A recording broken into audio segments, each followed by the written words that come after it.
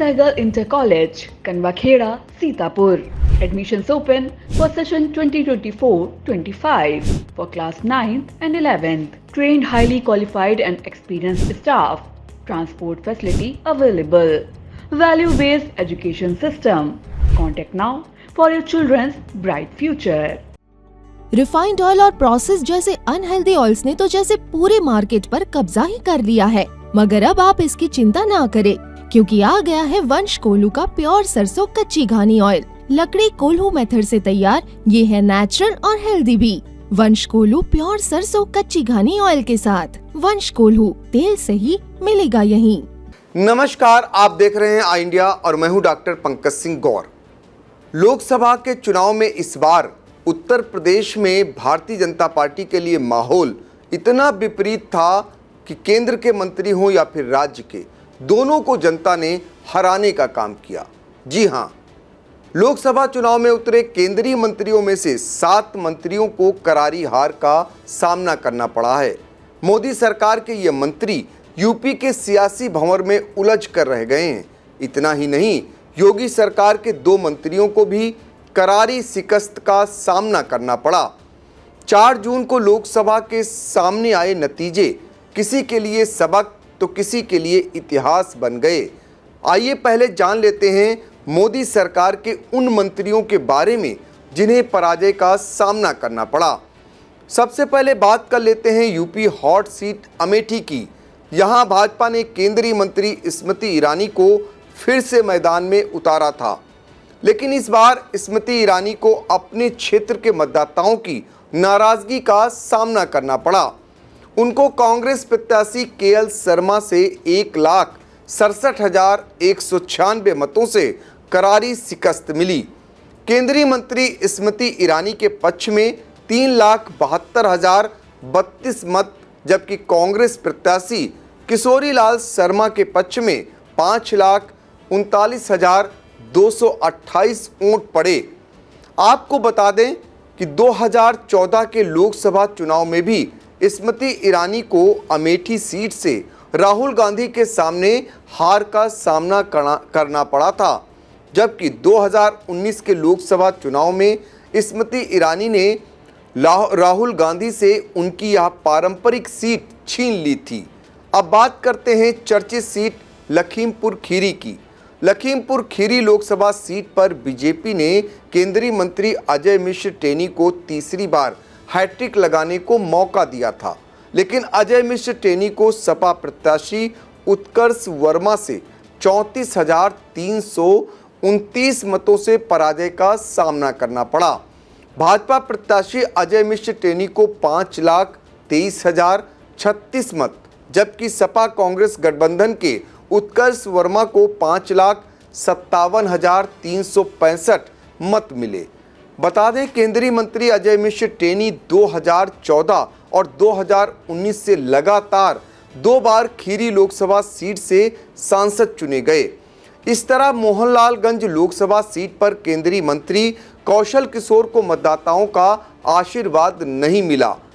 कौशल किशोर को समाजवादी पार्टी के आर.के. चौधरी ने 70,292 मतों से हरा दिया। केंद्रीय मंत्री कौशल किशोर को 5,97,577 वोट मिले। अब बात करते हैं पश्चिमी यूपी की हॉट सीट मुजफ्फरनगर की। मुजफ्फरनगर लोकसभा सीट पर केंद्रीय मंत्री संजीव बालियान अपनी साख बचा पाने में नाकाम रहे। उनको ठाकुरों की नाराजगी का भी सामना करना पड़ा। शायद यही कारण रहा कि संजीव बालियान को सपा प्रत्याशी हरेंद्र सिंह मलिक से 24,672 मतों से शिकस्त झेलनी पड़ी।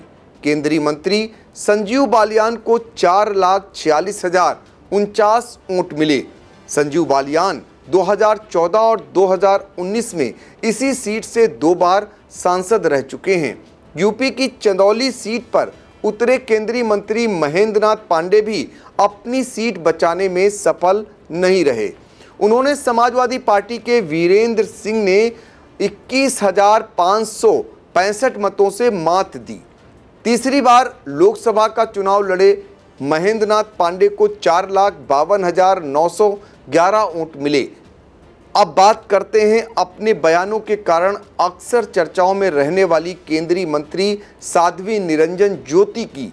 यूपी की फतेहपुर लोकसभा सीट पर भाजपा ने साध्वी निरंजन ज्योति को एक बार फिर मौका दिया था, लेकिन साध्वी निरंजन ज्योति मतदाताओं की नाराजगी का शिकार हो गईं और उन्हें सपा के पूर्व प्रदेश अध्यक्ष नरेश उत्तम पटेल के सामने 33,199 मतों से हार झेलनी पड़ी।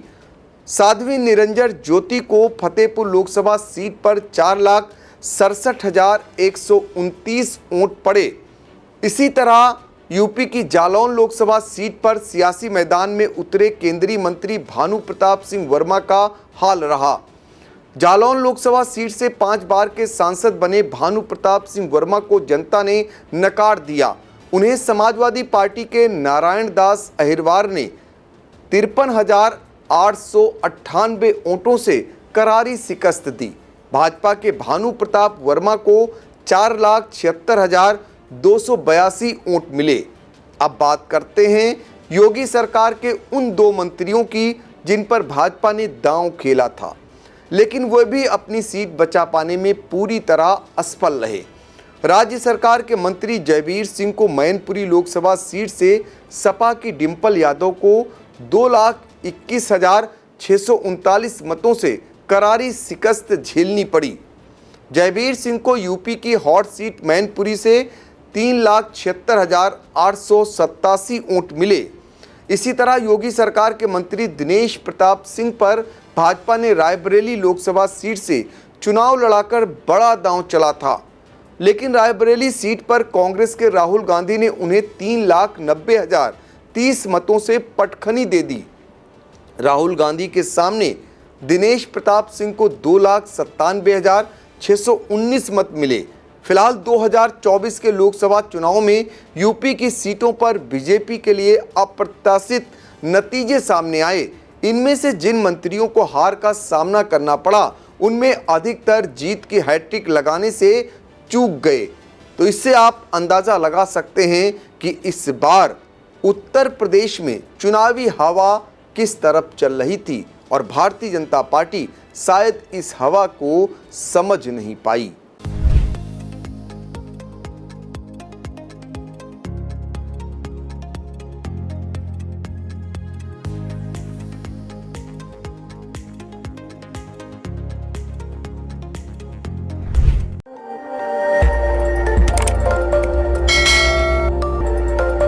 खबर आपकी, नजर हमारी। देखते रहिए आई इंडिया।